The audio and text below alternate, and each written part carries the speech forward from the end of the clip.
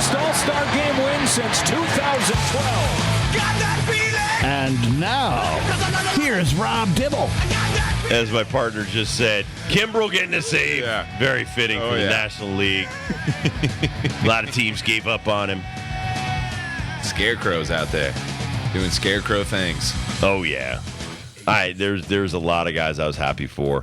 Kenley Jansen. Yeah. Love that guy. He looks good, man. He does look good. Still worry about his heart and all that kind of stuff. Me too. That's why I said that. Yeah. He looks good. Yeah. I just think that a lot of these guys, it means so much more, I think, than even a few years ago when they had to cancel so much and the whole COVID and all that stuff, and to see how exciting it was, how excited the fans were and things like that. I love that they were into every at-bat, every player. It seemed like it was more blue-collar, not as corporate. And I thought when Rooker got up there and they were yelling, "Sell the team," when Shohei got up there and they're like, "Come to Seattle," I just think all of that stuff is more like, football, soccer. That's the way it should be. Fans should get it. And this goes back 33 years when I went to Japan, and they still do this. They pick out a particular player and cheer for them the entire game. And you see it here on a smaller scale with the Hartford Athletic. But I would like to see baseball get more like that. I think these guys would love it, and I think that the players really respond. I mean, it shouldn't just be the postseason when you're selling out these things. We talk about this all the time. Give the damn tickets away. Yeah. If it's a day game in the middle of the week, like a getaway day, like a 1 o'clock or 12:35 start, they're only going to get 20,000 fans, but you want 40. Give out the 40,000 to kids. Right now is a perfect time. It's summer. These kids are out of school. How about you feed them? I just saw this really cool thing. It might have been Texas. 7-Eleven is allowing kids that are out of school that were on the lunch program to come in, get a slice of pizza, get a drink, get some fruit or something for free from certain hours and things like that. That's what we have to do as a community and a country. That we got to help each other. But this is a way you not only grow the game, you get kids passionate about it, but feed them a couple meals while they're at the game. Do some mathematics on the scoreboard. You got these, you were talking about, Gillette Stadium's got this massive scoreboard. Use that stuff in a constructive manner, and I just think you're going to grow this game in a massive amount with these kids. Our guy, David McGrath from NHMS, who we just talked to, they use their scoreboard on non-race weekends to show movies. Like they showed Cars 3, I think, was the last one they did. And, they just get a bunch of kids into the track. Okay, what's the best way to get someone to the baseball stadium? Go in the off season and get comfortable going there. Yeah. You have all these kid-friendly stuff, like they do the sleepover events during the season stuff. In the off season, do more of that stuff. Do more nature stuff. Maybe the kids can go out there, do kind of treasure hunts and all kinds of different things. Get kids excited about being at stadiums and not freaked out like, the first time they go. It's like taking my daughter to a concert, Now, at least now she knows what to expect the next time she goes. And Post Malone, by the way. Yeah, I just think that the card game is great for these kids, but I think utilizing the things you have in front of you, minor league stadiums, big league stadiums, have more events. I love, like the prom was at the Red Sox game. That was a great idea. Whoever came up with that idea should get a raise. I mean, geez, you had the prom at a Boston Red Sox game. That'd be awesome. It had to have been an amazing experience for those young people. So that's what I'm talking about when I talk about not just young. I'm talking about junior high. I'm talking about high school. Get these kids that are the future of your sports to go to your events. I really like what the Mets have been doing this year with their college program. If you're a college student, you can get seats for $15 in a bunch of home games. And plus, you will also be a part of the $5 student menu, like you're saying. Yeah. Feed these kids while they're there, $5, and it's usually like $50 that you're going to be spending for a drink, a dog, and they're popcorn. college kids, man. They can't offend. Exactly. They can't participate because they don't have those kind of funds. Don't price out your audience. Thank you. Don't price out your audience. One guy who's going to be too pricey for a lot of teams, but man, this was the talk of All-Star Weekend when it comes to the actual regular season. What is going to happen with Shohei Ohtani? The two things that I kept hearing is one from Shohei, or at least his people. He wants to play for a team that's winning and competing for championships. Not the Angels right now. Not the Angels last year. Not the Angels since he's been there. On the other hand, I've heard the story that when it was brought up to Artie Moreno, we need to trade this kid for the betterment of our franchise. Right. Artie Moreno flips out and says, like hell, we ain't going to do that. So there is a rock at a hard place. What will happen of Shohei? And you were explaining to me, as soon as World Series over, he's a free agent. Right. So you may lose him altogether. And after the August 1st trade deadline, it becomes a stickier wicket where, so, you now have already started these discussions. Like you said, get 24. I don't think 20 players for one is reasonable, but I think 10 for one is reasonable. Yeah. And is there a team or organization that's willing to do that? Is there a team willing to give like maybe 3 big leaguers and 7 minor leaguers and some of top 10 prospect guys? I mean, because a lot of times, from what I understand, if you can get a top 10 prospect out of somebody or 2, you've won the trade, even if it's for a big leaguer. And but a lot of times, if you're a savvy GM, you're going to be like, yeah, we'll give you our 22nd prospect and our 18th best prospect that are maybe years away from the major leagues to get a frontline major leaguer that's possibly a free agent at the end of the year. So that's a good rental, And here's the thing with Shohei. You don't just want to rent this guy for a month and a half, 2 months. You want to own him for 10 years. So if I give you 10 players, then I got to spend $500 million on you. Yeah. Wow, that's a big wallop. I mean, that's a big hit. 600. Yeah. So what? Regardless of the dollar amount, I've also given prospects up. If I give up top 10 prospects, I've given up bonus money that I gave. So that's more millions that I'm throwing into this deal. So a lot of GMs, a lot of owners on the other side of this are probably leery of that. They want to drive the price down. They want to wait till the last second to get in on this and then be like, yeah, okay, we'll give you 6 players, 3 big leaguers, couple not really great big leaguers, and no top 10 prospects. That's going to be these discussions. And so now the Angels, you're weighing options and you're trying to get the best bang for your buck. You might be disappointed when you find out what Shohei goes for. Because at the end of the day, the team trying to re-sign that cat, they might get into a bidding war with him and his agent. The agent's like, no, we're not going to take $400. We're not going to take a discount because you're the Yankees, or we're not going to take a discount because you're the Braves and you've undercut all these other players. You know what I'm saying? So, so you don't want to underplay or overplay a hand, but Shohei is in the driver's seat. This guy could ultimately just go free agent after the World Series and screw up everybody's plans. What can do it for Artie? Would it be wins, just win, baby? Or would it be like, hey, they're not winning. You've got too many guys. Can I train some other people to bring some prospects in to show you, Shohei? Like, look, we're trying here. We're trying to make this happen. I'm going to do this, this, and this. The Rangers just spent $500 million on what they have right now, and they're in first place by 2 games over the Astros. You got Houston. Astros are banged up. Yeah. Astros lost free agents, lost some really good players, and have some injured players right now, and they're still nine games over 500.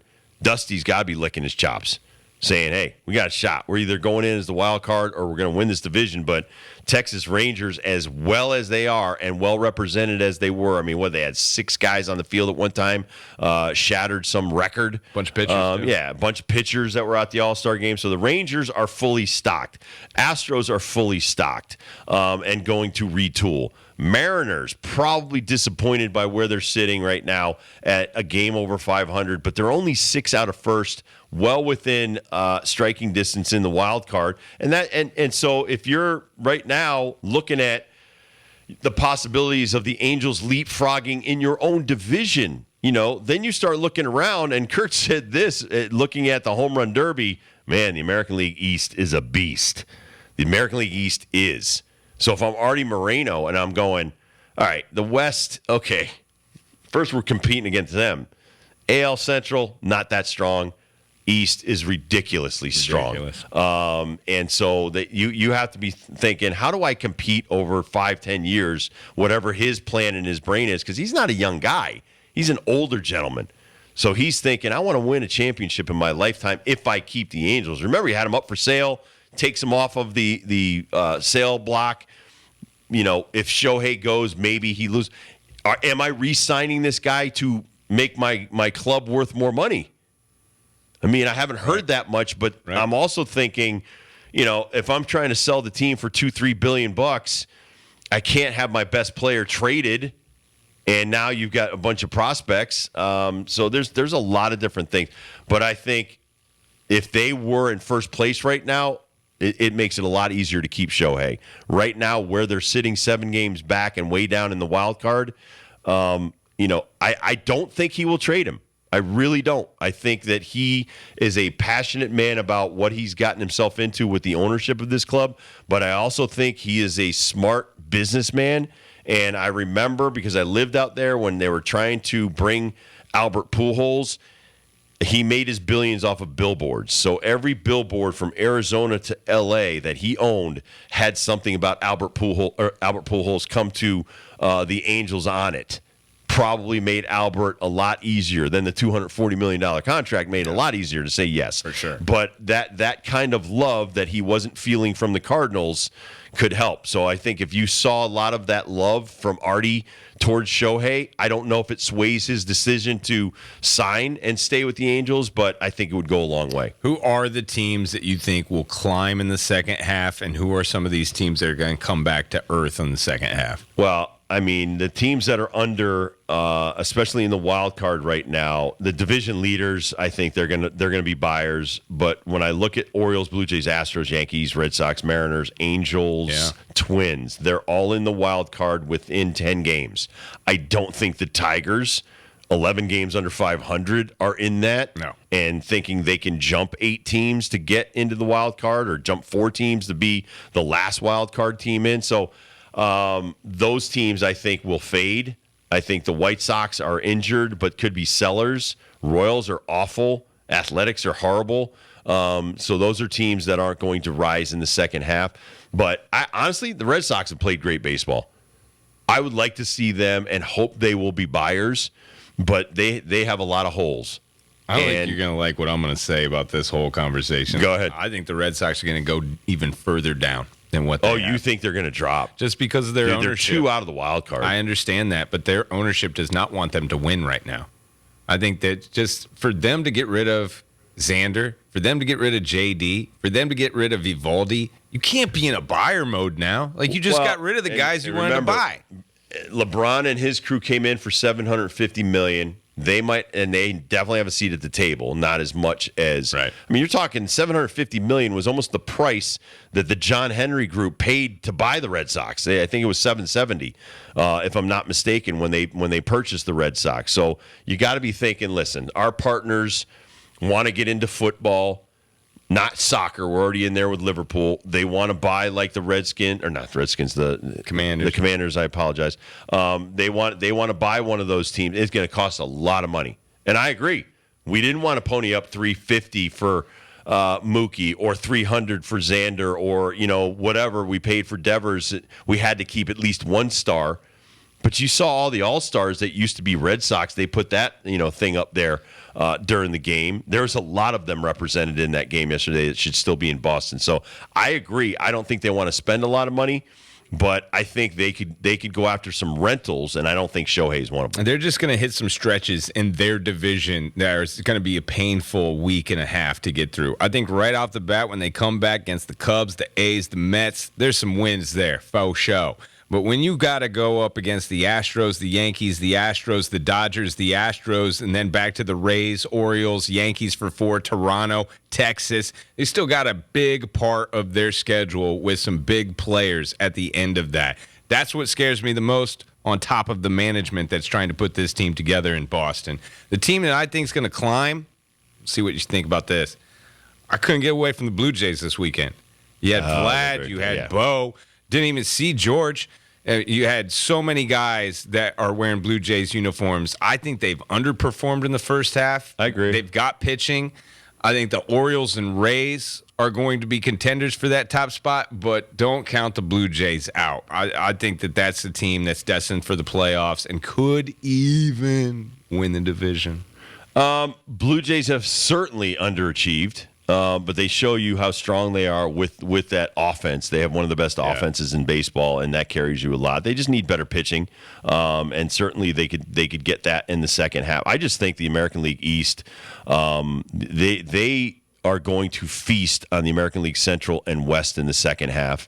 They don't have to play each other those 6 extra games now any longer with the new scheduling. I just think that's a bonus for them because, man, there are 4, maybe 5 teams. I think the Yankees, they think they fall off. Yeah. I mean, I think it's the beginning of the end with Brian Cashman and Aaron Boone as we know them. I think that people are starting to read into you got to go outside the organization and get Sean Casey. That's Aaron Boone's. Yeah. We knew that. Best buddy, but he's also another guy that's going to he's not going to go against the organization. He's a company man.